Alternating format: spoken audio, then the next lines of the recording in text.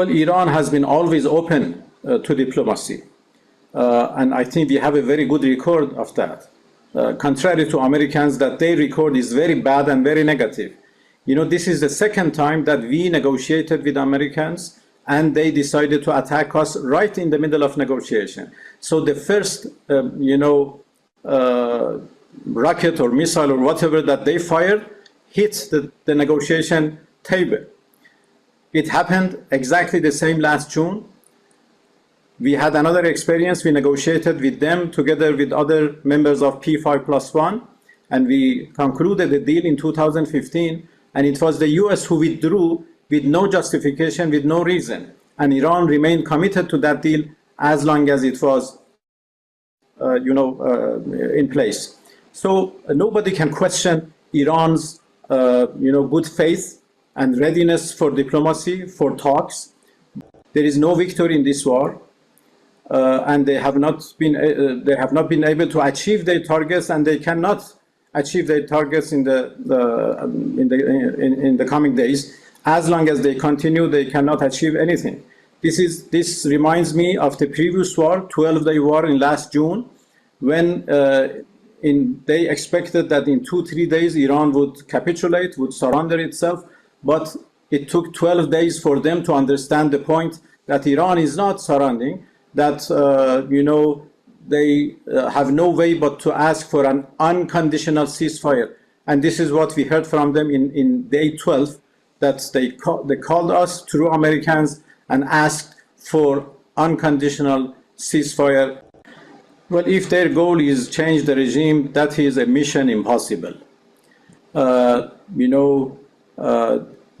The demise of the leader doesn't mean that, regime change or the change of the political system in Iran. No, we have a very well-established political system. We have a very rich constitution. And based on that, all, state institutions are in place. They are doing their job, their function. And as I explained before, even in the demise of the supreme leader, we have a procedure and that we have immediately activated, and you will see the result either tomorrow or the day after tomorrow, that a new leader would be appointed by the Assembly of Experts. All of those experts are elected by the people themselves, and the whole system, the whole regime, as you said, is strong enough to resist against any any turbulences. And as you see, we lost some commanders, top-ranking military commanders, but they were immediately replaced because everything is very well established in Iran. Well, actually, as you know, we have no problem with our countries in the other side of the Persian Gulf. We have friendly relations and good neighborly relations with all of them, and we are determined to continue these relations. What we are doing is, in fact, an act of self-defense and retaliation to the American aggression against us. We are not attacking our brothers in the, in the Persian Gulf. We are not attacking our neighbors, but we are attacking American targets.